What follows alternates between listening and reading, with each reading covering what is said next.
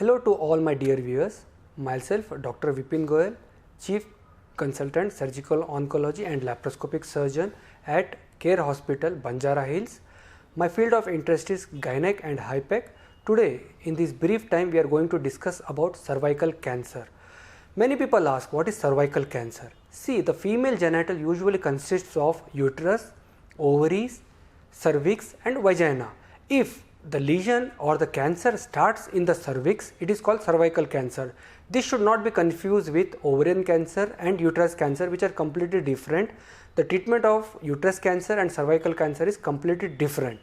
So, a cervical cancer is somebody developing cancer in the cervix of the female genital part is called cervical cancer.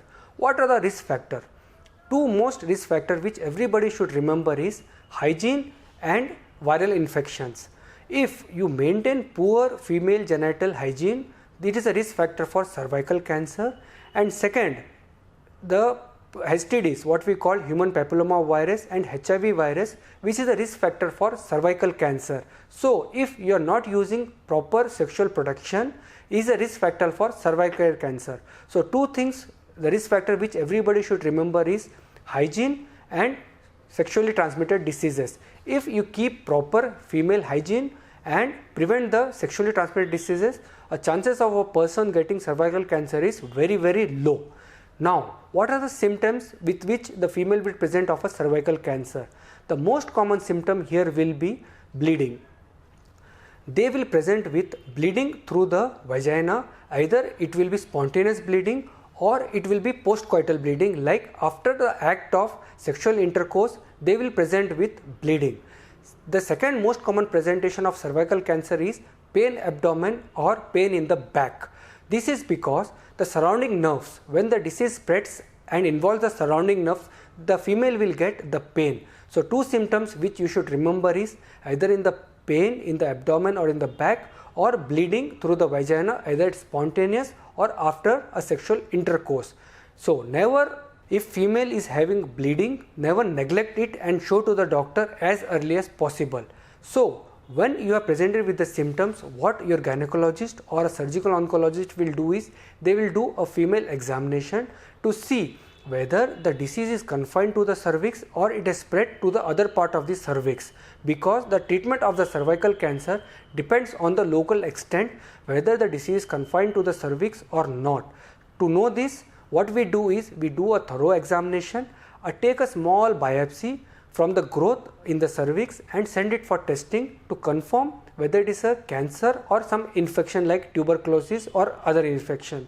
And in addition to the biopsy, we do MRI scanning of the abdomen and the pelvis to see whether the disease is confined to the cervix or it has spread to the other part of the cervix, because the treatment for the cervical cancer depends on the stage. So, I will be telling you in brief what is the stages for the cervical cancer. If the disease is confined to the cervix, it is called stage 1 or 2A. If the disease has come out of the cervix and it is involving the surrounding nerves, parametrium, then it is called stage 2B and 3. If the disease has spread outside the cervix to the liver or para-aortic lymph node or the lung, it is called stage 4. This you should know, because this decides what is the treatment. So, once we have confirmed by biopsy it is a cancer, and by MRI scanning what is the stage for the cervix cancer, we tell the patient about the treatment. In stage 1 and 2A, surgery is the main modality of the treatment, where we remove the uterus, cervix with the surrounding tissue and send it for testing. Depending on the final report, what is the stage, we decide whether the patient will require any further radiation or not. In stage 2B and 3, surgery is not the choice of treatment. In stage 2B and 3, we have to start with radiation, where we give the radiation to kill the cancer cells and see the response.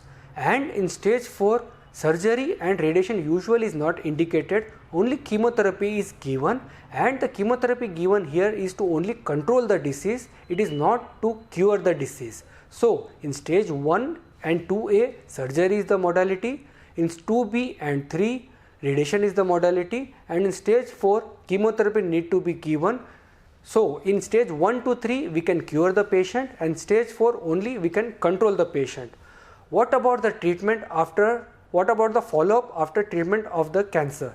The follow-up is every 3 months, where we do examination and take detailed history to see whether there is any chances of recurrence, and if the recurrence is there, we treat accordingly. What about the prognosis? What about the outcome of the cervical cancer? The outcome of the cervical cancer depends on the stage when you have presented to the doctor. In stage 1, the cure chances are almost 90%, whereas in stage 2B and 3 onwards, where surgery is not indicated, only radiation is given, the cure chances are only 50%, and in stage 4, the cure chances is not there, only we can control the disease. This is about prognosis and follow-up. The one thing which everybody should know about cervical cancer is the screening. The screening test, we have very good screening test available for cervical cancer, which is not available for other cancer. It is called Pap smear. In Pap smear, what we do is, we take few of the cells overlying the cervix and do examination under the microscope to see whether the patient is having any chances of cervical cancer. If the Pap smear is showing that there is a chances that patient may have cancer, then we investigate accordingly and treat. So, all the females above 40 years, I recommend you should go for cervical cancer screening, which is very much available in all the nearby hospitals, and finish your Pap smear.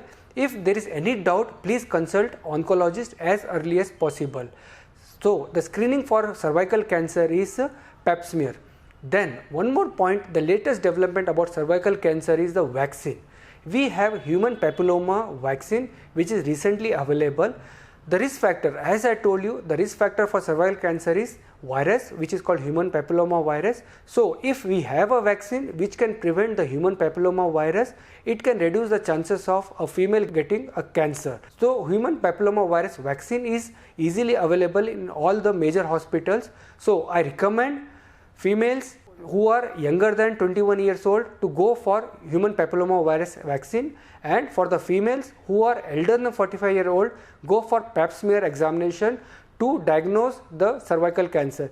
This is very important because what I see in my practice is, all the patient coming, maximum of them, that is 70% of the female come in stage 3, where the cure chances are only 50%.